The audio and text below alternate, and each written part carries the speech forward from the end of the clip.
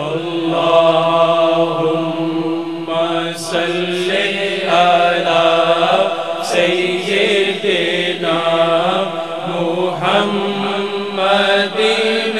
Nabiyil Ummiyil wa ala alihi wa sahbihi wa sallim. Allahumma salli ala Sayyidina Muhammadin Nabiyil Ummiyil wa ala alihi. نحمده ونصلي ونسلم على سيدنا ومولانا محمد رسوله النبي الأمين المكين الحنين الكريم الرؤوف الرحيم. أما بعد، فأعوذ بالله من الشيطان الرجيم. بسم الله الرحمن الرحيم. الحمد لله رب العالمين الرحمن الرحيم مالك يوم الدين. إياك نعبد وإياك نستعين. اهدنا الصراط المستقيم صراط الذين أنعمت عليهم غير المغضوب عليهم ولا الضالين. آمين. صدق الله مولانا العظيم. Dear listeners and viewers, by grace of Almighty Allah, we have to discuss the second installment of the subject of Surah al-Fatiha and Islamic system of thought and deed. Alhamdulillah, in our last episode, we have discussed the three elements of Islamic system of thought and deed in the light of Surah al-Fatiha. And these were, number one, accuracy and validity of belief. The second was soundness of conduct. And third was the sense and thoughtfulness of answerability. These were the first three elements of Islamic system of thought and belief provided by the chapter of Fatiha. This aspect of Islamic system of thought and deed that is derived from the 5th verse of Surah al-Fatiha.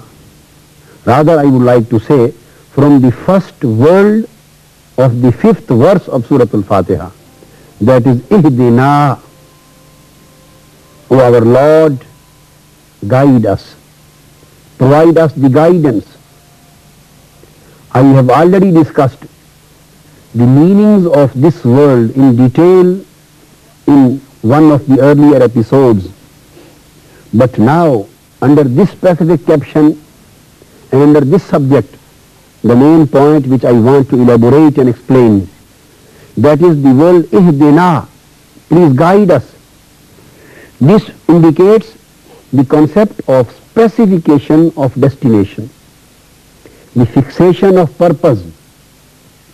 O our Lord, we want to know what the purpose of our creation is, and we want to know what the destination of our journey of life is. So the fixation of purpose and destination, this is one of the important elements of Islamic system of thought and deed, because according to Holy Quran and according to Islam and according to general human morality, according to general common sense given to the man, aimless life is no life. So Quran wants the man to be aimful. Quran wants the life of the man to be purposeful life. That's why those persons or those so-called philosophers or those so-called scientists who believe in the concept of the creation by chance, who think that man, as other birds, as other animals, as other plants and vegetables, as other mountains, as other creatures of this world, as the living bodies of this world. The man was created by a process of creation without any specific purpose, and there was no specific creator who gave rise to the man. So just a man, like other living things, came into existence by a chance of creation, by a process of creation, by a process of evolution. If the creation of man is considered by chance creation, not purposeful creation, then the moral superiority of man is finished. Moral superiority of man to other creatures of the world. Then there is no moral superiority of man to animals. Then there is no moral superiority of man to other birds. Then there is no moral superiority of man to other things of this world. Then the man does not become the moral agent of this world. If there is no moral superiority, then there is no moral responsibility on man. If there is no moral responsibility, then there is no concept of moral perfection. If there is no concept of moral perfection, then there should be no difference between good and evil. Then there should be no difference between right and wrong. Then there should be no difference even between the cruelty and sympathy. Then there should be no difference between the piety and sin. So all of these differences, differentiations, and all of these concepts, even the difference between a good man and a bad man, this should also be abolished. If the man just came into existence by chance, and he has to just finish through his death, and there is no concept of award and reward, and there is no purpose of his life, there is no destination of his traveling of life, there is no specific purpose for which he came into existence, because nobody created him and nobody gave him any purpose. So the man cannot be considered to be a moral agent in this universe. So Islam rebuts this idea. Quran rebuts this idea, and instead of it, Quran has given the idea of purposeful creation. Of purposeful creation. The man was created, and there is a specific creator of this universe as well as of the man. And he has created the man with a specific purpose, and he wants the man to accomplish and to fulfill the purpose. And the fulfillment of the purpose is good, and non-fulfillment of the purpose is wrong, bad. And the struggle for the fulfillment of the purpose is piety, and struggle for non-fulfillment and deviation from the purpose is sin. And working in accordance with the purpose is a good act, and working in deviation of the purpose is a bad act. And achievement of the purpose is morality, and non-achievement of the purpose is immorality.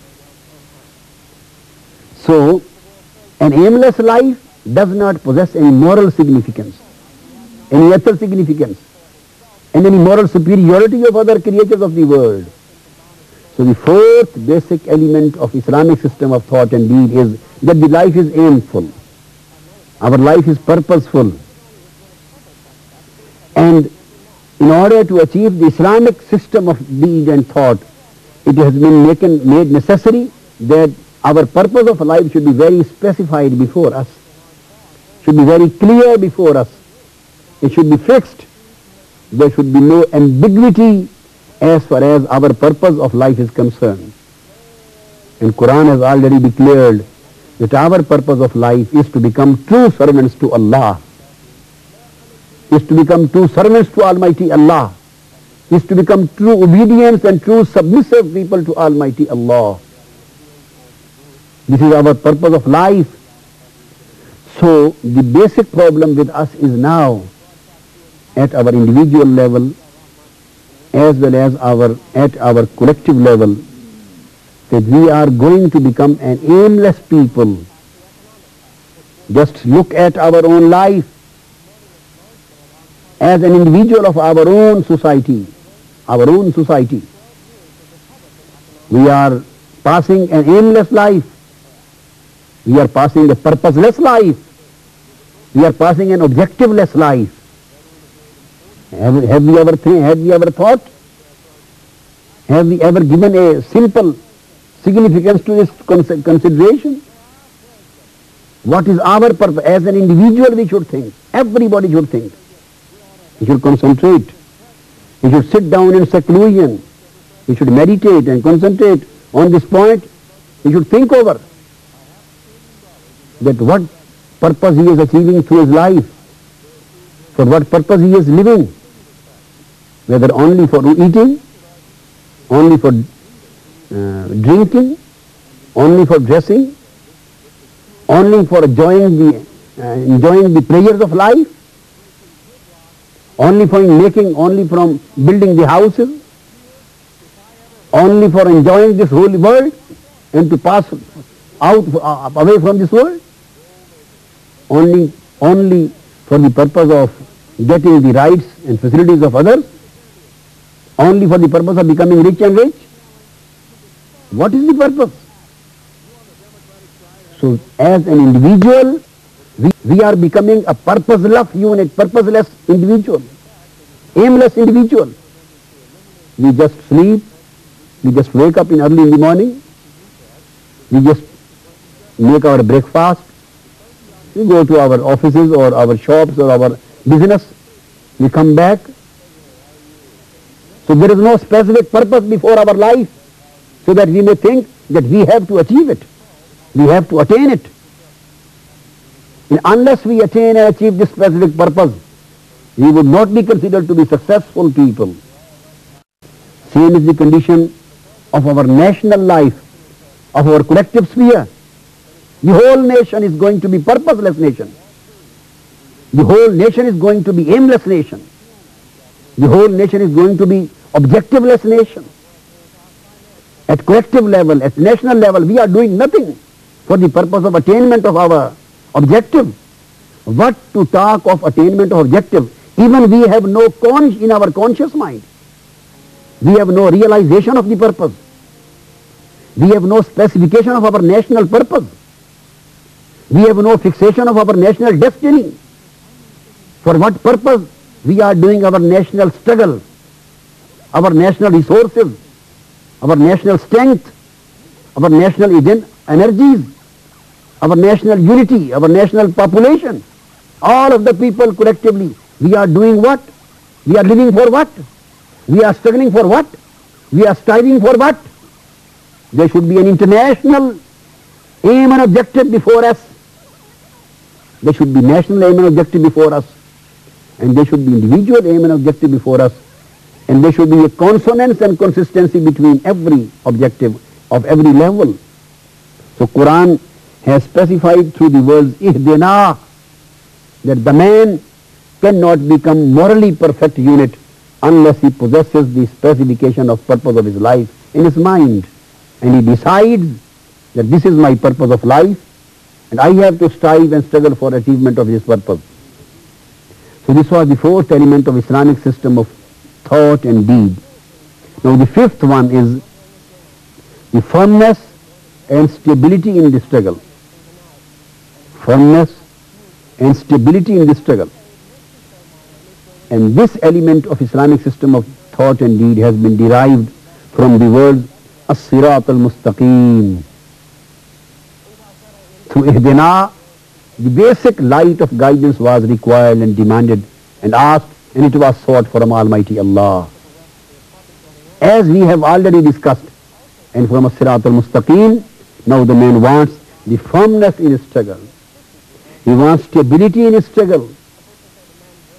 So Islamic system of thought and deed and Islamic system of conduct, Islamic system of behavior requires the concept of firmness and soundness and profoundness and stability and integrity in his conduct, in his struggle, which means that when a man starts the work, starts his job, then he should stick firmly to his purpose. He should stick profoundly to his struggle.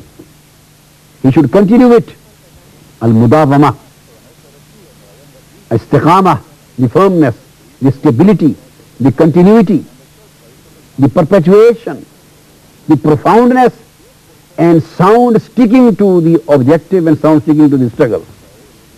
This thing requires patience. Human mind, an-nafs al-insani, human mind thinks and wants very easy way of the attainment of objective and quick result. Sometimes the results are not achievable quickly. They take time. Sometimes there are hindrances in the way. Sometimes there are difficulties.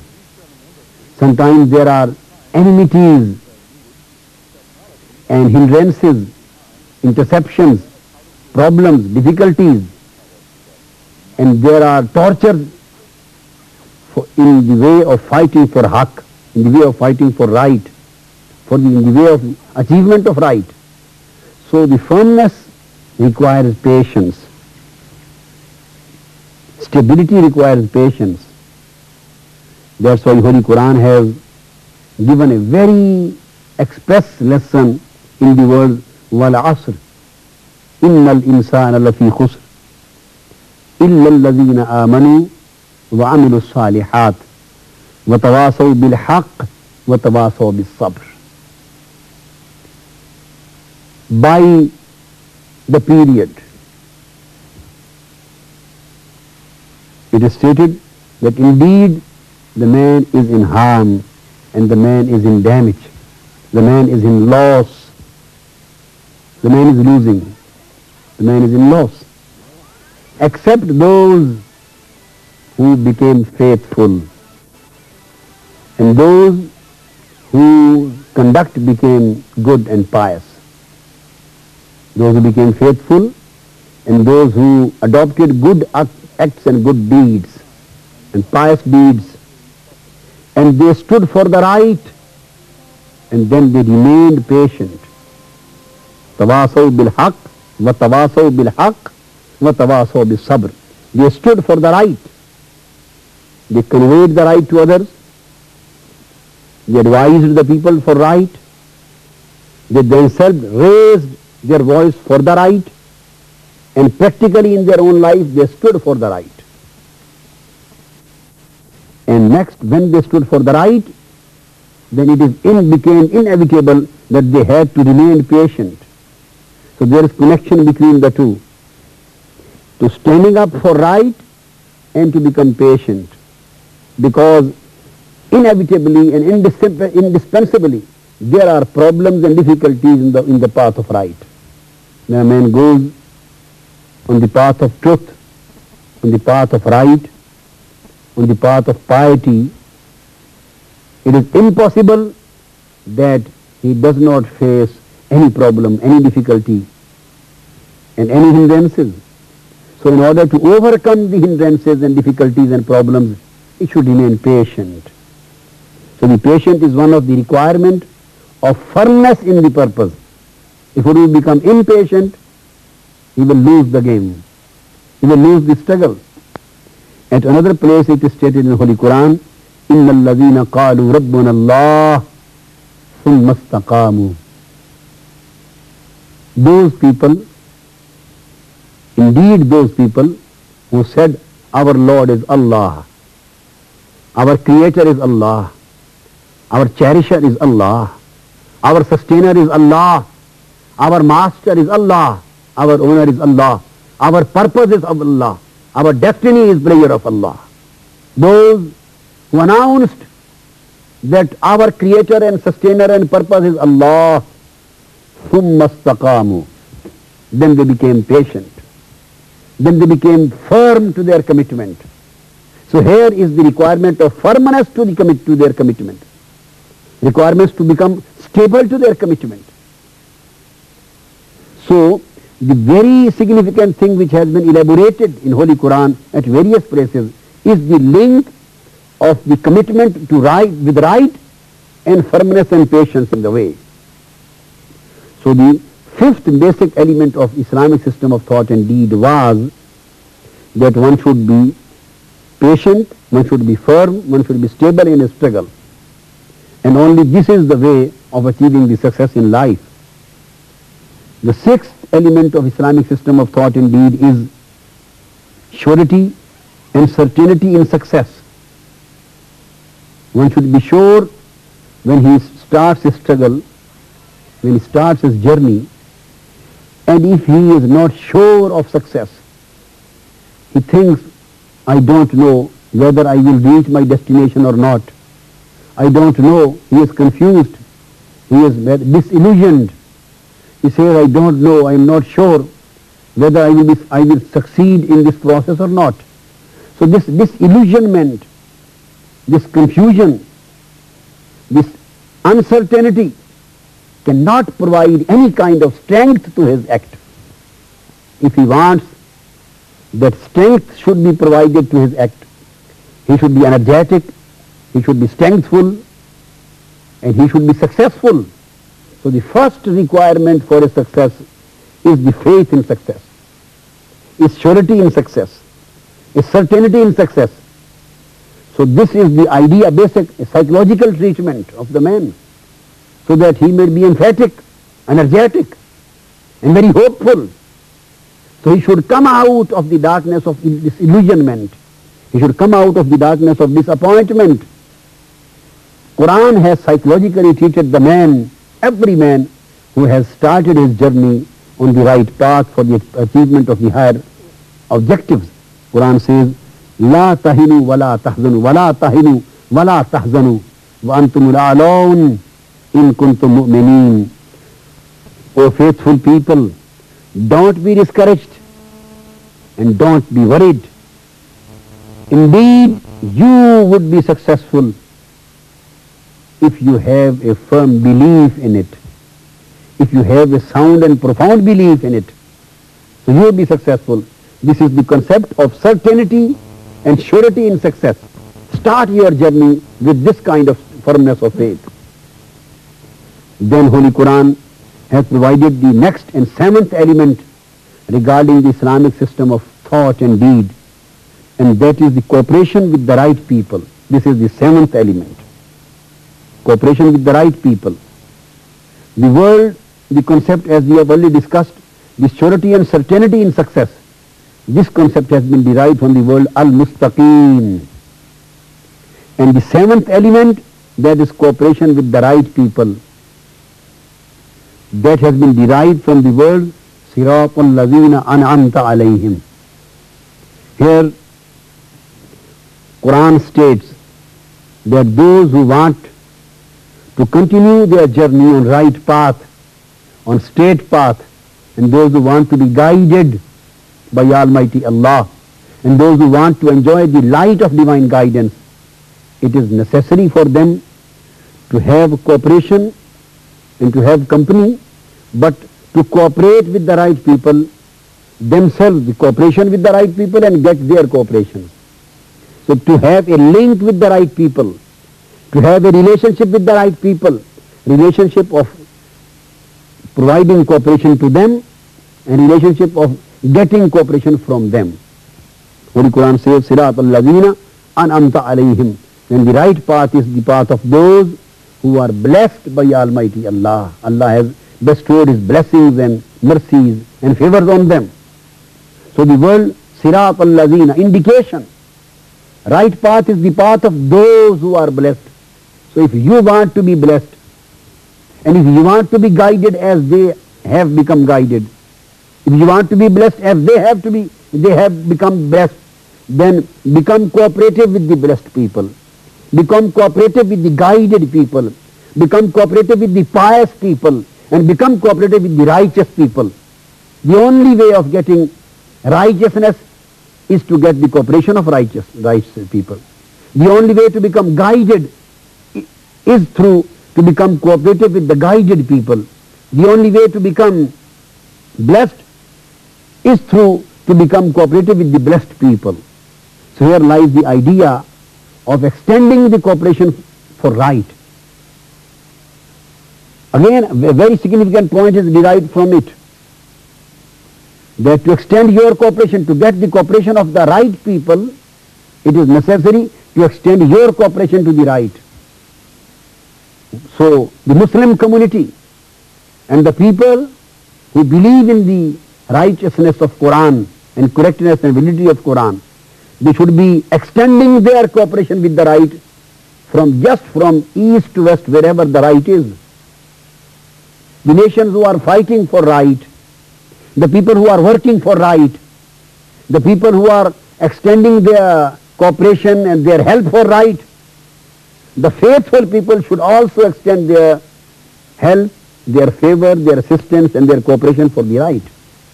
So it means that one should live for right and one should die for right. Only then one would be in a position to become the righteous.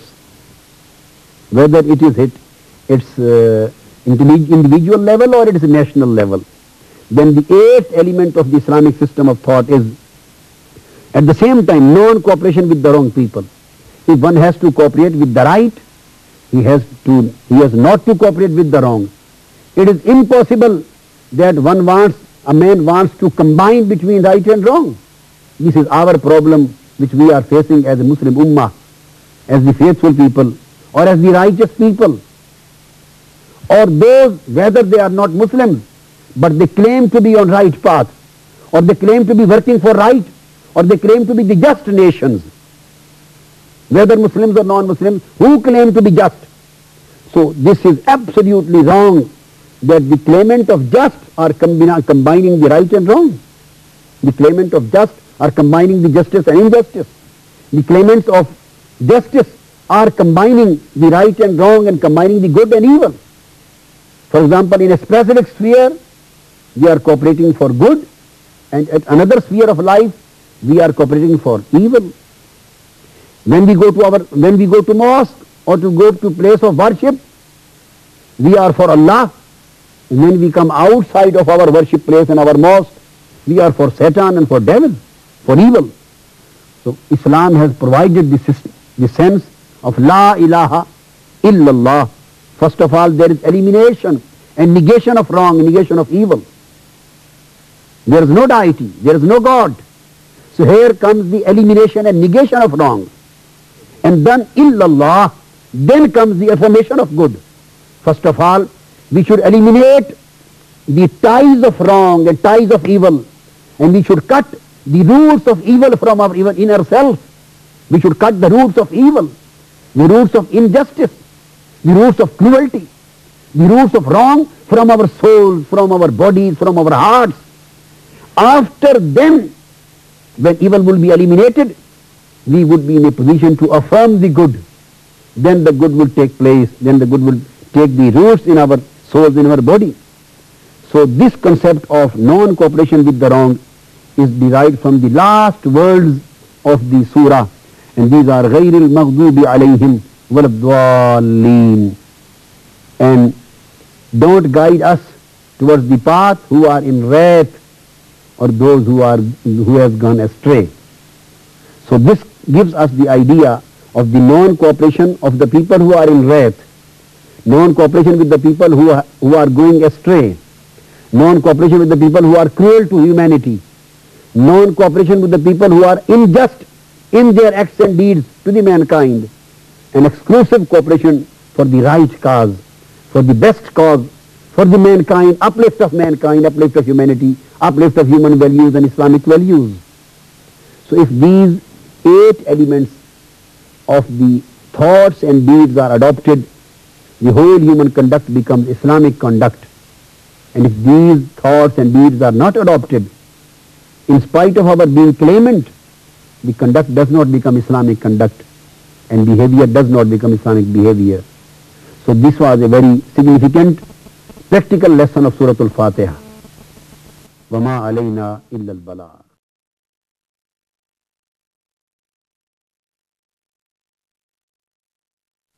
نحمده ونصلي ونسلم على سيدنا ومولانا محمد رسوله النبي الأمين المكين الحنين الكريم الرؤوف الرحيم. أما بعد، فأعوذ بالله من الشيطان الرجيم. بسم الله الرحمن الرحيم. الحمد لله رب العالمين الرحمن الرحيم مالك يوم الدين إياك نعبد وإياك نستعين اهدنا الصراط المستقيم صراط الذين أنعمت عليهم غير المغضوب عليهم ولا الضالين آمين صدق الله مولانا العظيم. Dear listeners and viewers, today, in the light of Surah al-Fatiha, we are going to discuss the attributes of God. So the topic of our today's episode is Surah al-Fatiha and the attributes of God, attributes of Allah. Surah al-Fatiha,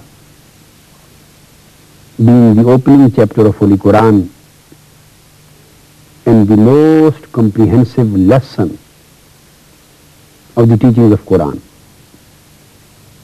has mentioned 12 basic attributes of Almighty Allah. And a brief description of those 12 basic attributes of Allah is our subject for today. First of all, I would like to just mention that how these 12 attributes have been derived from various verses of Surah al-Fatiha. Then we will come towards it. Brief description. The first attribute is Mahmud, which means that Almighty Allah is the praiseworthy, the praised. This is derived from the word Alhamd.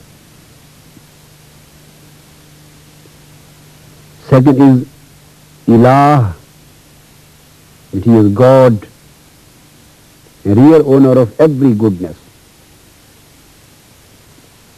It has been derived from Lillah, Alhamdulillah. The word Allah indicates the attribute of being Ilah. The third is Rabb, that has been derived from Rabbil Alameen. The attribute is that He is cherisher and sustainer of the world. The fourth attribute is Ar-Rahman. He is magnificent and gracious, derived from the word Ar-Rahman. Fourth is Ar-Rahim in second verse, which means He is the merciful. This is fifth one, merciful. Sixth attribute is Malik, derived from third verse, Maliki Yawmiddin, which means He is owner and master. Then seventh attribute is that He is Ma'bud, the worshipped and deserving of worship, the deity. It has been derived from the word Iyyaka Na'bud. And eighth attribute is that He is Al-Musta'an, which means the one who is sought for help. And that's why He is the only helper of all of the creatures of the world. It has been derived from Iyyaka Nasta'in. The ninth attribute is that He is Hadi, the owner of guidance. And it has been derived from Ihdina Sirat al-Mustaqim. And 10th attribute of Almighty Allah is that He is Al-Mun'im. He is real benefactor, real beneficent. It has been derived from the word Sirat al-Ladhina An'amta alayhim, the path of those on whom You bestow Your favor, Your divine mercies, Your divine blessings. And 11th attribute of Almighty Allah is that He is Qahar. It has been derived from the word غَيْرِ الْمَغْضُوبِ, not of those who are in wrath, which means that there are some people who suffer from divine wrath of Almighty Allah, who are in wrath of Allah. So He is powerful and imperious and avenging and raging on deviators. This was 11th attribute. And 12th attribute, Mubil. It is derived from the word غَيْرِ الْمَغْضُوبِ عَلَيْهِمْ وَلَا الضَّالِّينَ, and not of those who go astray, which means He is commander of the people's fault also. He let the people go astray if they want to deviate from right path. So these are 12 attributes mentioned in Holy Quran in Surah al-Fatiha. Now we will try to explain in brief. We will try to summarize the description of various 12 attributes of Surah al-Fatiha. The first, as I have already mentioned, is that He is Al-Mahmud. It means He is the praiseworthy.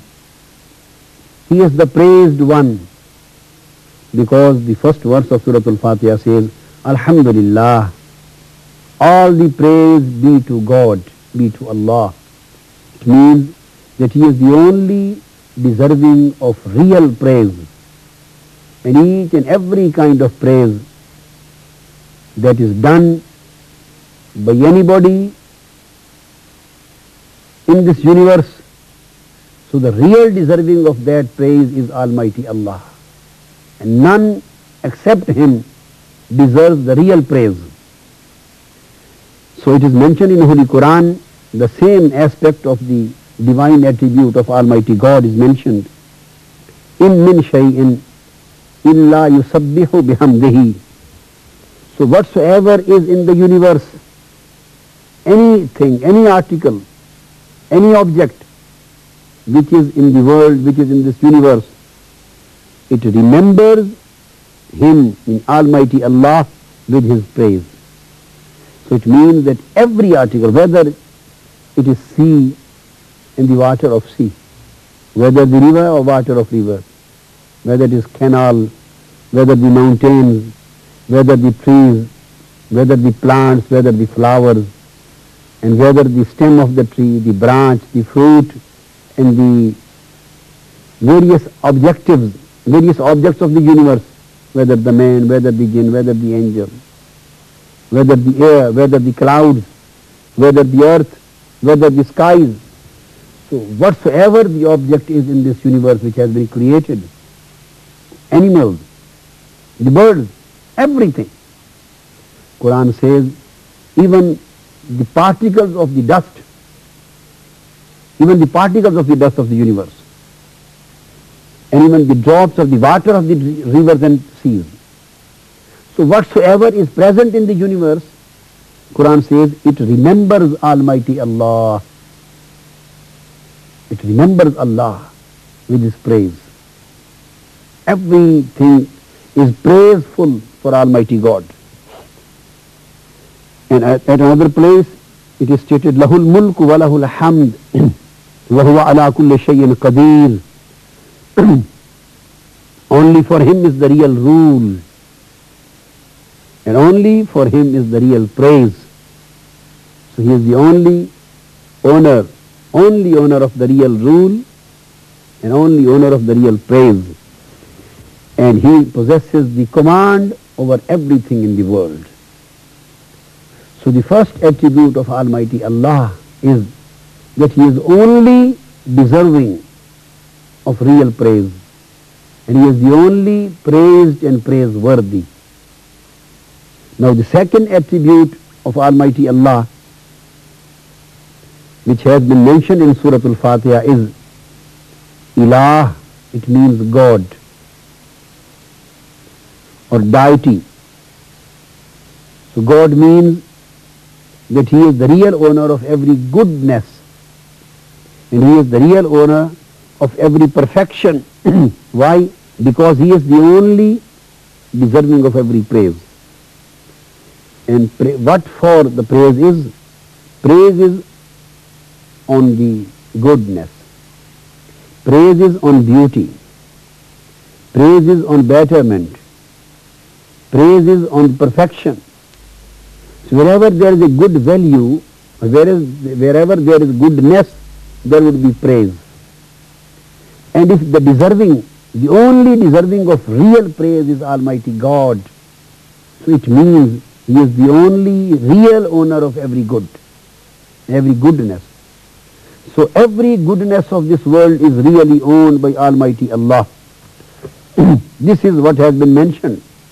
That's why the concept of His being Ilah, of His being God, the concept of His being God and deity, this has been based on this, that He is the real owner of every goodness in this world. When every goodness is created by Him, and every goodness is due to Him, and every goodness is for Him, then why anybody else should be worshipped? That's why Holy Quran says, أَمَّنْ خَلَقَ السَّمَاوَاتِ وَالْأَرْضِ وَأَنْزَلَ لَكُم مِّنَ السَّمَاءِ مَاءً فَأَنبَتْنَا بِهِ حَدَائِقَ ذَاتَ بَهْجَةٍ أَمَّنْ جَعَلَ الْأَرْضَ قَرَارًا وَجَعَلَ خِلَالَهَا أَنْهَارًا وَجَعَلَ لَهَا رَوَاسِيَ وَجَعَلَ بَيْنَ الْبَحْرَيْنِ حَاجِزًا. The concept is given. Surely worthier is He who made the heavens and the earth. He sends down water from the sky, bringing forth gardens of delight. And surely worthier is He who has established the earth and watered it with running rivers, who has set mountains on it and placed a barrier between the two seas. After mentioning these attributes of Almighty God, in the end, Allah says, أَمَّنْ يَبْدَأُ الْخَلْقَ ثُمَّ يُعِيدُهُ وَمَنْ يَرْزُقُكُم مِّنَ السَّمَاءِ وَالْأَرْضِ أَإِلَٰهٌ مَّعَ اللَّهِ قُلْ هَاتُوا بُرْهَانَكُمْ إِن كُنتُمْ صَادِقِينَ. He concludes the arguments and says, surely worthier is He who originates the creation and then reproduces it, who gives you sustenance from earth and sky. Another God besides Allah? Quran asks. This is a method of negation. There can be another God besides Allah? When the creator of skies is He, creator of heavens is He, creator of earth is He, provider of rains is He, reproducer of everything is He, then is there any God other than Allah? Say, the answer is no. Then say, show us your proof if what you say be true.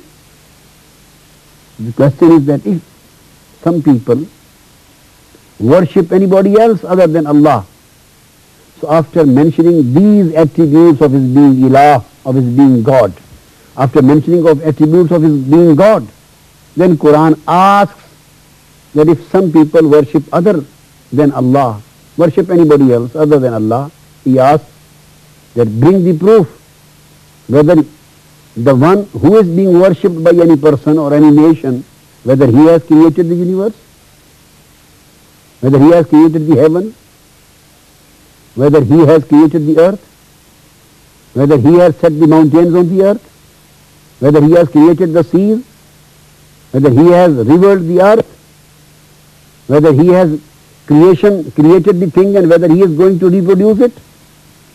The answer to all questions is no.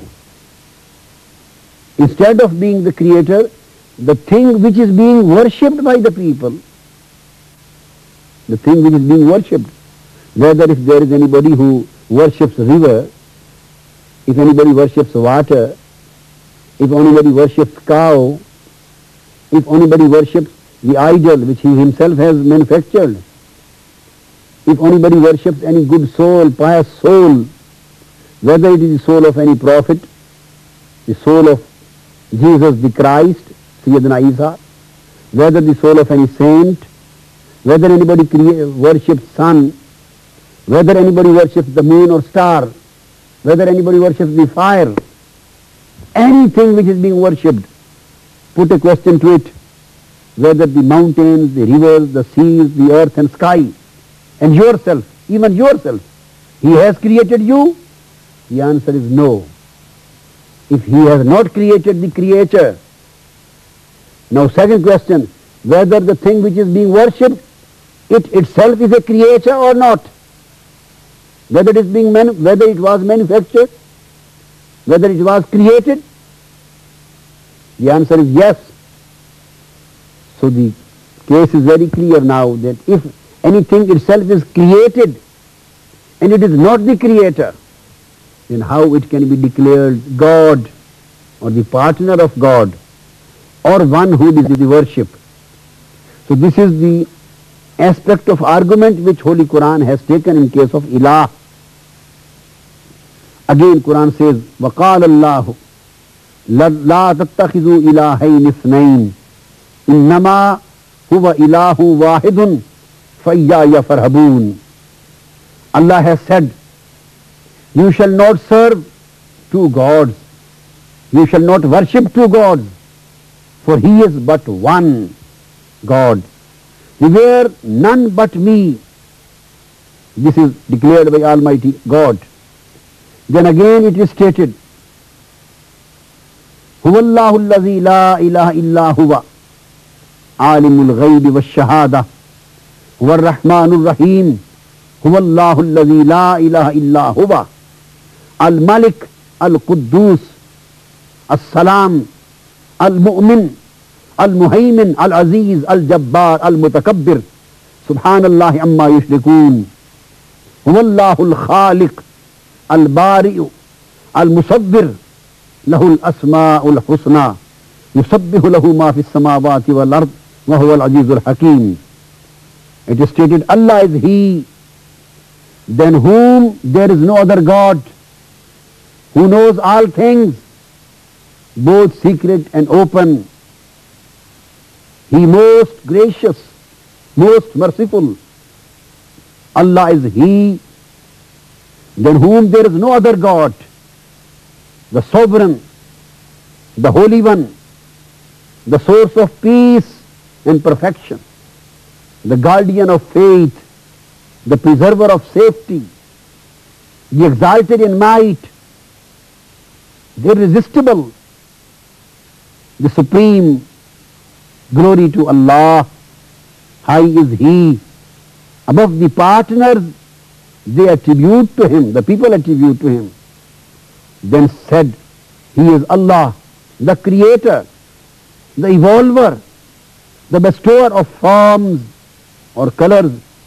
To Him belong the most beautiful names.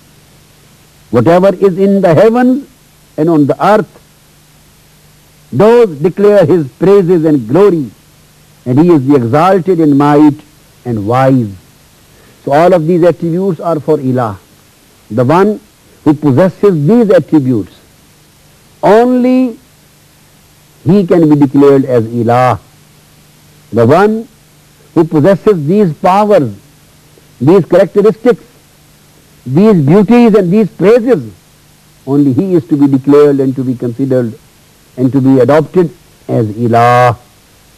And all other objects of the universe which do not possess these characteristics and these attributes should be known as creatures.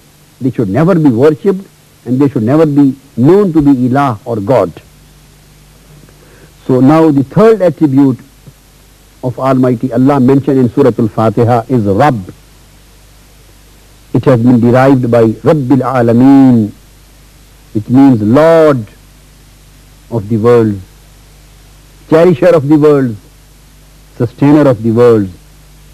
So His being Lord and sustainer and cherisher is the third attribute mentioned in the chapter of Fatiha.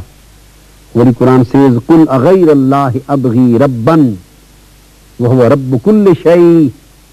Say, should I seek for any other Lord? Should I seek for any other cherisher? should I seek for any other sustainer? No. وَهُوَ رَبُّ كُلِّ شَيْءٍ. Only Allah is the Lord, is the sustainer, is the cherisher of everything. Which means that Allah, who is the cherisher of everything, when He is present, then what is the necessity of seeking anybody else? The Lord of everything in this universe, when He is present, then why there is any need or necessity of seeking for any other cherisher? Here lies the concept that some people who worship other than Allah, who worship idols, who worship suns and moons, who worship stars, who worship the animals, or who worship any pious souls of prophets or any saints. They say this while making the partners to Almighty God. They say we are worshipping the idols, we are worshipping the animals or cows or water, and we don't consider them as the supreme power, as the Lord of the universe, but we consider them as the reflections of His attributes, and we are worshipping them as because they are reflective of the attributes of God. The Quran says, if these are reflections, the man is the best reflective of the attributes of Almighty God. The man who is worshipping an idol, the man who is worshipping another creator, considering and looking at the reflections of attributes of Allah in him. So the best of the creatures in which the attributes of Almighty Allah are reflected is the man himself. So why should not he be worshipped? No, the question is that the worship is not on reflection. Reflection is reflection. It is not the reality. Reflection is the reflection. It is not the originality.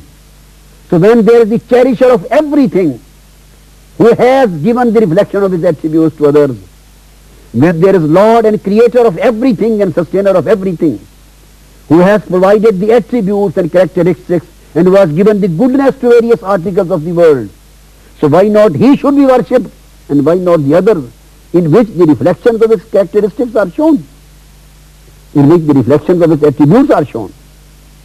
So Quran says, قُلْ أَغَيْرَ اللَّهِ أَبْغِي رَبًّا.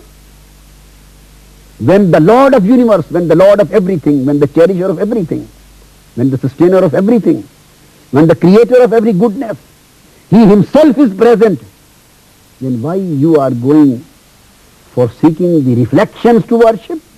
Then why we are going to seeking the other cherisher?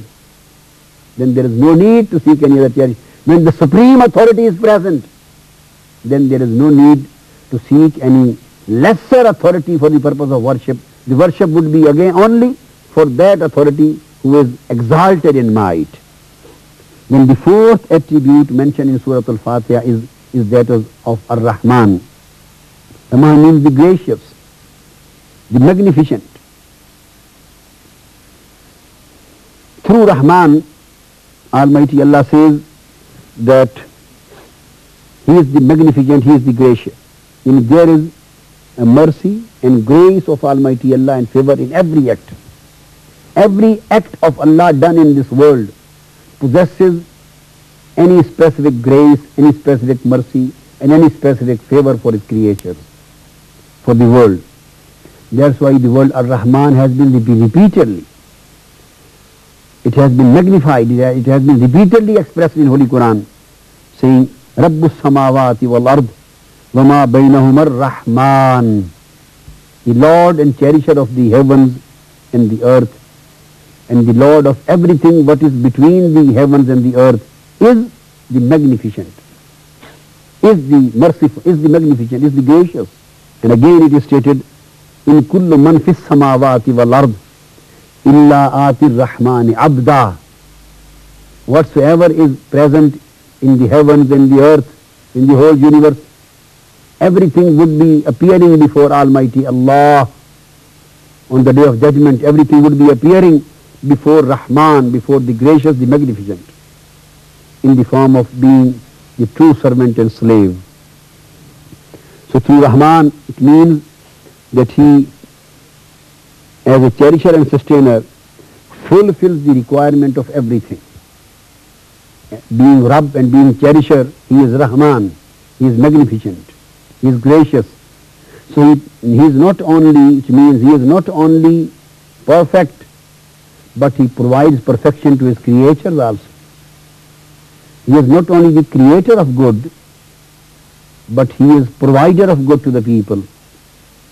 He is perfect, he is the perfect in his own capacity, and he provides the perfection to each and every creation which he has created in this universe by fulfilling the requirements of the creatures. So the fulfiller and provider of the requirements of every creature is Almighty Allah. And the fifth attribute is Ar-Rahim. By Ar-Rahim, it means the merciful. So by Ar-Rahim, it means, here is the difference between Ar-Rahman and Ar-Rahim. Both are based on the concept of mercy. But the difference between the two, normally made by the scholars, is that in Rahman there is speciality mercy of the world. In Rahman there is speciality of his divine mercy in this world, and in the world Ar-Rahim, the merciful, there is a speciality of his divine mercy for the next world. So when he provides his mercy to the people, and when he bestows his mercy to the people, when he bestows his grace on the people and fulfills their requirement in this physical and temporal world, in this universe, so he fulfills as being gracious and magnificent as being Rahman. And when he fulfills the divine requirements of the people, of the faithful in life hereafter, and he will bestow the mercy and grace on the faithful on the day of judgment, he will be bestowing his mercy in his capacity of being Ar-Rahim, as merciful. So the mercy of Rahman is for all people, whether they are Muslims or non-Muslims. And the mercy of Ar-Rahim would be specified and confined to the faithful and Muslims in the life hereafter. That's why, for the purpose of getting the divine mercy in life hereafter, it is necessary that one should become faithful. Now the sixth attribute of Almighty God mentioned in Surah al-Fatiha is the Malik, that he is owner and he is master of the day of judgment. Quran says, Malik Yawmiddin, owner and master of the day of judgment. And again in Surah al-Hajj it is stated, Al-Mulku Yawma Izin Lillah Yahkumu Bainahum. On the day of judgment, the real rule would be in the hands of Allah, and he would be giving the final decision and judgment. At another place, Holy Quran says, فَتَعَالَ اللَّهُ الْمَالِكُ الْحَقِّ لَا إِلَهَ إِلَّا هُوَ رَبُّ الْعَرْشِ الْكَرِيمِ. Great and highest and superior would be Allah, who is the ruler, possessor of real rule, and who is the right, and there would be no Lord and no deity and no deserving of worship except Almighty Allah. So the real ownership and the real rule rests in Almighty Allah. So he is the real ruler of the whole universe. He is the real owner of the whole universe. He is the real master of the whole universe. So when the real ownership, the real mastership and the real rule rests in Almighty Allah alone, here and there, in this world and that world, then why not only Almighty Allah is to be sought help? Why not Almighty Allah should be worshipped, and why not Almighty Allah should be considered to be the sole Lord of this universe? So we have discussed 6 attributes of Almighty God through Surah al-Fatiha in this episode, and inshallah the other 6 ones we will be discussing in our next episode by grace of Almighty Allah. Thank you. وَمَا عَلَيْنَا إِلَّا الْبَلَاغُ. Allahumma salli ala Sayyidina Muhammadin al-Nabiyyil Ummiyil wa ala alihi wa sahbihi wa sallim. Allahumma salli ala Sayyidina